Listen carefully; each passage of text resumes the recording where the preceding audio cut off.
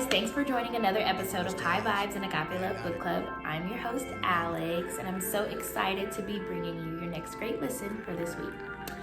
Before we get started, let's go ahead and spread some good vibes by liking, subscribing, or dropping a comment down below, please. I really wanted to bring this listen out because of the narrator, which I will talk about a little bit later. Yeah, let's get right into it. So this next great listen is actually called Upstate by Khalisha Buckhanon.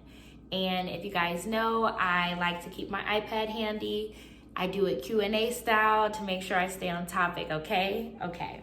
Let's go. So the first question is, did the story unfold the way I expected? Absolutely not. I don't know if it's because this title was more literary fiction than romance, but I guess since it was two characters in love, I'm thinking it's gonna end a certain way, which I'm usually really good at foreshadowing. But no, it did not end the way I expected or kind of unfold the way I expected for that matter either. My feelings on the main characters.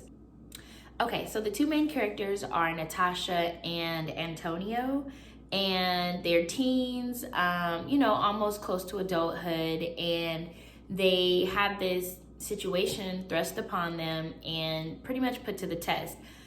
I think these characters were built really strong. They had strong leads, and they didn't show any type of like stereotypical characteristics, which I loved. Was the reality created believable?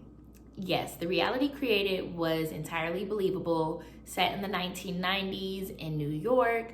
The author did a great job of putting us there in that time frame, especially with the language. You can tell the way the narrators read the book and the way the book is written that it is set in that time. It's believable. Was the characters' connection believable?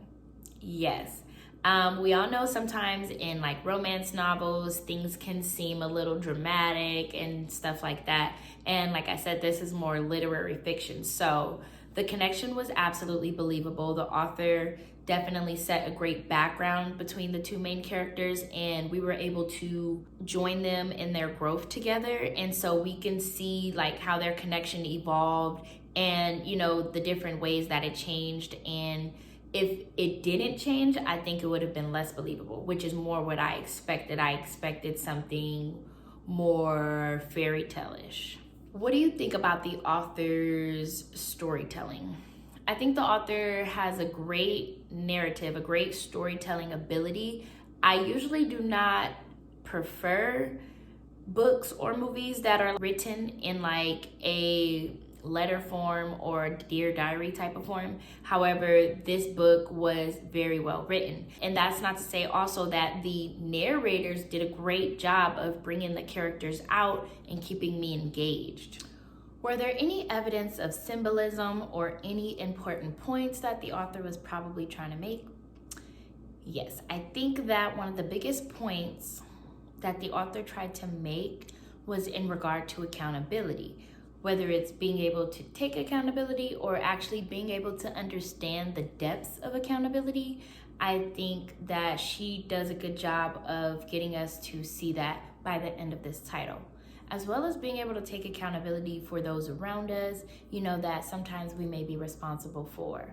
So the last question of this episode is, what do you think of the narrators? So the narrator, Heather Sims, I think she did a phenomenal job portraying this character.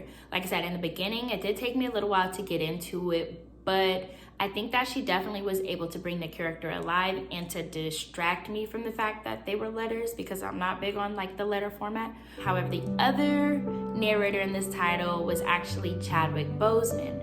For those of us who aren't familiar with Mr. Boseman, he was actually an actor, a playwright, and a producer. He is known for many, many roles, but one of my favorite roles of his was T'Challa in the Black Panther. Mr. Boseman was really known for his integrity, his humility, his charismatic nature, and his generosity. Not only did Mr. Boseman visit children in the hospital who were battling cancer, he actually happened to be battling his own case of cancer. I think it was very selfless of him to find the time to visit other cancer patients. And I'm so sad to say that he lost his battle to cancer at the young age of 43. This audiobook was released in 2005. Mr. Boseman is said to have moved to LA to start his acting career somewhere around 2008-ish. From audiobooks to playwrights to movies in the Marvel franchise, Chadwick Boseman can show us that you can pretty much get anywhere in life with hard work and dedication. I personally love connecting with the form of art that he produced before he was well known, if that makes sense. With that being said, rest in peace, Mr. Boseman. You will forever be an inspiration to our community and have a place in our hearts. This has been another episode of High Vibes and Agape Love Book Club. Thank you guys for taking the time out of your day to join me. Remember to like and subscribe for more content. And please leave any comments if you have thoughts on this book or any questions on this book, or if you have any other recommendations or reviews that you want me to go through. Thanks, guys. Bye.